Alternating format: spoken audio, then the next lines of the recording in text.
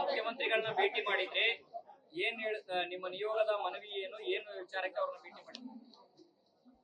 ಪ್ರಮುಖವಾಗಿ ನಾವೆಲ್ಲರೂ ಹಾಸನದವರು. ಹಾಸನದಿಂದ ಇವತ್ತು ಮುಖ್ಯಮಂತ್ರಿಗಳನ್ನ ಬಂದು ಭೇಟಿ ಮಾಡಿದ ಉದ್ದೇಶ ಕೈಗಾರಿಕೆಯ ಜಮೀನಿಗೆ ಸಂಬಂಧಪಟ್ಟಂತೆ ಭೇಟಿ ಮಾಡಿದ್ವಿ. ಏನಂತಂದ್ರೆ 2007ರಲ್ಲಿ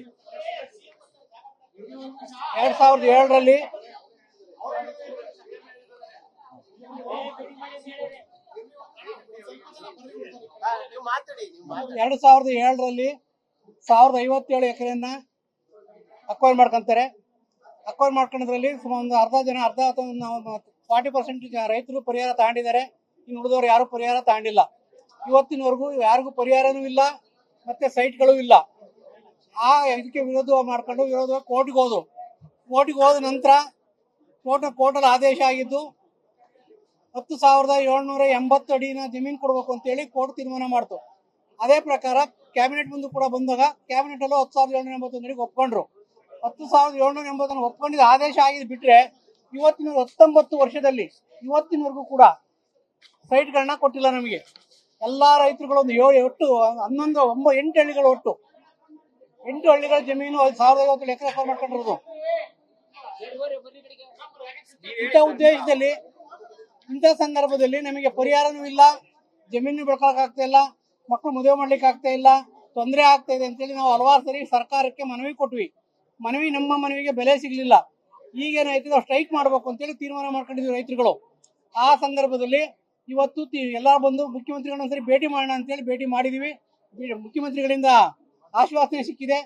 ಏನು ಅಕ್ವೈರ್ ಆಗಿದೆ ಜಮೀನು, ಅಕ್ವೈರ್ ಆದ ಜಮೀನು ನಿಮ್ಮ ಉದ್ದೇಶದಂತೆ ನಾವು ಮಾಡ್ಕೊಡ್ತೀವಿ ಅಂತ ಹೇಳಿದ್ದಾರೆ. ಆ ಕಾರಣಕ್ಕೆ ಇವಾಗ ನಾವು ಕೋರ್ಟ್ ಆದೇಶದಂತೆ ಮಾಡ್ಕೊಡೋದ್ರಿಂದ ನಾವು ಇವಾಗ ಹೋಗ್ತಾ ಇದ್ದೀವಿ.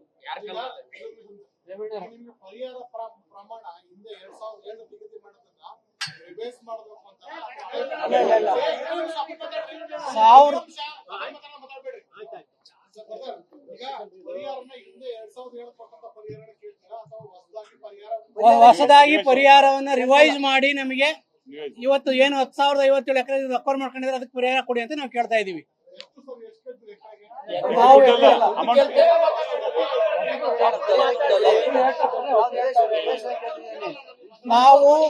ನಾವು ಪರಿಹಾರವಾಗಿ ದುಡ್ಡನ್ನು ಕೇಳಲ್ಲ, ಹೆಚ್ಚಿಗೆ ಭೂಮಿಯನ್ನು ಕೊಡಿ ಅಂತ ಹೇಳಿ ಕೇಳ್ತಾ ಇದ್ದೀವಿ. ನಾವು ಅಕ್ವೈರ್ ಆದಂತ ಜಮೀನಿಗೆ ಪರಿಹಾರವಾಗಿ ದುಡ್ಡನ್ನ ಕೇಳಲ್ಲ. ನಾವು ಕೇಳ್ತಾ ಇರ್ತಕ್ಕಂಥದ್ದು ಭೂಮಿನೇ, ಹೆಚ್ಚಿನ ಭೂಮಿ ಕೊಡಿ ಅಂತ ಹೇಳಿ ನಾವು ಕೇಳ್ತಾ ಇದೀವಿ.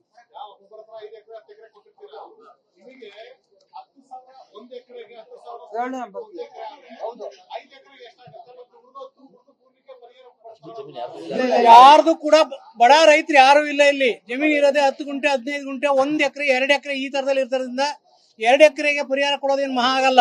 ಆ ಪರಿಹಾರಕ್ಕಿಂತ ನಮಗೆ ಭೂಮಿನೇ ಕೊಡಿ ಅಂತೇಳಿ ನಾವು ಕೇಳ್ತಾ ಇದ್ದೀವಿ. IIT ಪರ್ಪಸ್ ಇದನ್ನ ಅಕ್ವೈರ್ ಮಾಡಿದ್ರು. ಇಂಡಸ್ಟ್ರಿಯಲ್ಗಿಂತ ಮಾಡಿದ್ದು IITಗೆ ಮನೆ ಕನ್ವರ್ಟ್ ಮಾಡ್ಕೊಂಡಿರೋದು. ಇದನ್ನ IIT 2007ರಲ್ಲಿ ಬರ್ನಿಲ್ಲ, ಅದ್ ಬಂದಿದ್ದು ಧಾರವಾಡಕ್ಕೆ ಹೋಯ್ತ ಇವತ್ತವರೆಗೆ ತಳ್ಕೊಂಬತ್ತಲೇ ಇದಾರೆ. ಅದನ್ನ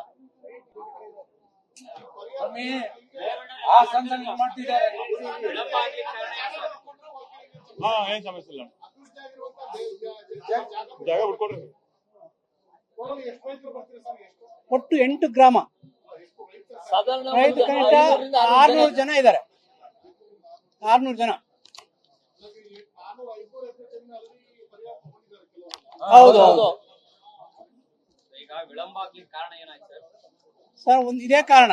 ಒಬ್ರ ಮೇಲೆ ಒಬ್ರು ನೆಪಗಳನ್ನ ಹೇಳ್ಕೊಂಡು ಅವ್ರ ಮೇಲೆ ಇವ್ರು ಹಾಕಿ ಅವ್ರ ಮೇಲೆ ಹಾಕಿ ಒಟ್ಟು 19 ವರ್ಷ ಇವತ್ತಿಗೆ.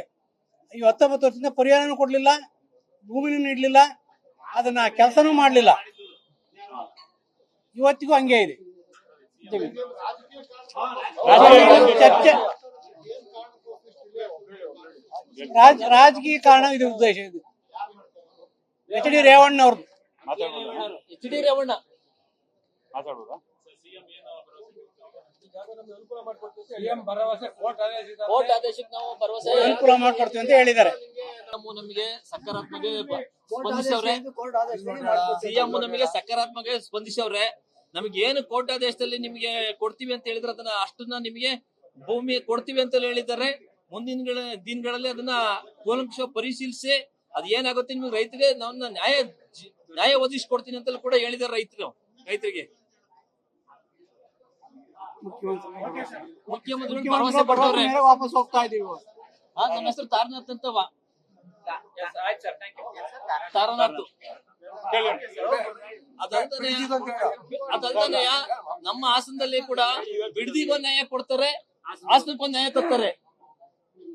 ಬಿಡದಿಲ್ಲ ಅಂದ್ರೆ ಅವ್ರ ಜಮೀನು ಜಾಸ್ತಿ ಇದೆ ಅಂತವ. ಸರ್ ಕುಮಾರಣ್ಣರು ಅವ್ರ ಹಣ್ಣು ಹೇಳಕ್ ಆಯ್ತಲ್ಲ, ಇಲ್ಲಿ ಬಿಡ್ತಿದ್ ಮಾತ್ರ ರೈತರು, ಹಾಸನದಲ್ಲಿ ನಾವೇನ್ ರೈತರಲ್ವಾ? ನಾವ್ ಕೇಳ್ದಾರ ಅಷ್ಟೇ. 20 ವರ್ಷದಿಂದ IITಗೆ ಇಂಡಸ್ಟ್ರಿಯಲ್ ಜಾಗ ತಗೊಂಡಿರ, ಯಾರು ಪರಿಹಾರ ತಗೊಂಡಿಲ್ಲ. ರೈತರು ಅಂದ್ಮೇಲೆ ನಾವು ಒಂದೇ, ಬಿಡದೆ ರೈತರು ಒಂದೇ. ನಮ್ಗೆ ಏನ್ ಕೇಳ್ತಾ ಇರೋದು, ಏನಾಗಿದೆ ಹಿಂದೆ 10,781 ಅಡಿ ಕೊಡಿ ಅಂತ ಕೇಳ್ತಿದೀವಿ. ಅಲ್ಲಿ ಹಾಸನದಲ್ಲಿ ಅವ್ರ ಅಣ್ಣ ನಮ್ಗೆ ಏನ್ ಮಾಡೋದು ಬಿಡ್ತಾ ಇಲ್ಲ. ಎಲ್ಲ ಬಡವರು ಮಕ್ಕಳು ಹೆಣ್ಮಕ್ಳು ಮದುವೆ ಮಾಡಕ್ ಆಯ್ತಲ್ಲ, ಓಸಕ್ ಆಯ್ತಲ್ಲ, ಮನೆ ಕಟ್ಟಕ್ ಆಯ್ತಲ್ಲ. ಏನ್ ಮಾಡ್ಬೇಕು ನೀವೇ ಹೇಳಿ ಸರ್. ಬಿಡ್ದಿಲ್ಲ ಹೋಗಿ ಅವ್ರು ಸೈ ಕೊಡ್ತಾರೆ. ಅವ್ರ ಅಣ್ಣ ಹಾಸನದಲ್ಲಿ ಬಂದು ಯಾಕೆ ಕೊಡ್ತಾರೆ ಕುಮಾರಣ್ಣರು?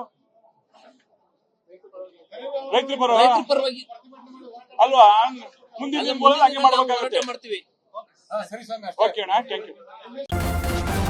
ನ್ಯೂಸ್ ಫಸ್ಟ್ ನಿರ್ಭೀತಿಯಿಂದ ನಿಮ್ಮ ಪರವಾಗಿ.